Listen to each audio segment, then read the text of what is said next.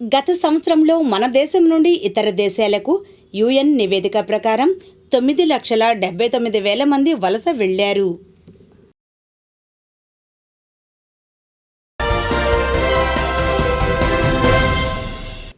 ఆత్మకూరు నిర్మలా హైస్కూల్లో కొందరు students certificates మాయం కావడంపై వారి తల్లిదండ్రులు పోలీస్ కంప్లైంట్ ఇచ్చారు. ఈ పరిస్థితుల్లో సోమవారం హైస్కూల్కు వచ్చిన రూరల్ సిఐ శ్రీనివాసరావు యాజమాన్యంతో మాట్లాడారు. అనంతరం సిటీ న్యూస్కు సమాచారం అందించారు.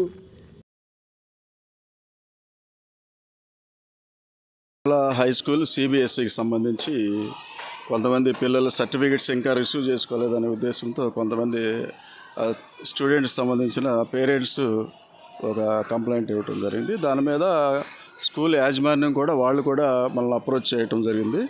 దానిలో భాగంగా ఒక ఎఫ్ఐఆర్ క్రైమ్ నెంబర్ 395/2025గా కేసు రిజిస్టర్ చేయడం జరిగింది. దీంట్లో ఏంటంటే ఈ పోస్టల్ డెలివరీ టైంలో కన్సర్న్డ్ రెస్పాన్సిబుల్ పర్సన్స్కి పోస్టల్ పార్సల్ అనేది రిసీవ్ కాకపోవటం వలన అది మిస్ప్లేస్ అయినట్టుగా, తర్వాత దానికి సంబంధించి సర్టిఫికేట్స్ స్టూడెంట్స్కి అందకపోవటం వలన వాళ్ళు కొంచెం ఇబ్బంది పడే క్రమంలో వాళ్ళు అప్రోచ్ కావటం జరిగింది. దానిలో భాగంగా మేము ఇక్కడ ఏమైనా ఓల్డ్ రికార్డ్స్లో కానీ వాటిలో కానీ ఏమన్నా స్టోర్ రూమ్స్లో కానీ ఏమన్నా ఉన్నాయేమోనని చెప్పేసి దాంట్లో స్కూల్ యాజమాన్యం వాళ్ళ స్టాఫ్ సహకారంతో ప్లస్ మన స్టాఫ్ సహకారంతో మనం అవన్నీ కూడా చెక్ చేయటం జరిగింది. ఎక్కడ కూడా ఓల్డ్ రికార్డ్స్ దాంట్లో కూడా ఈ బండిల్స్ అనేది కానీ ఏమున్నట్టుగా గమనించలేదు.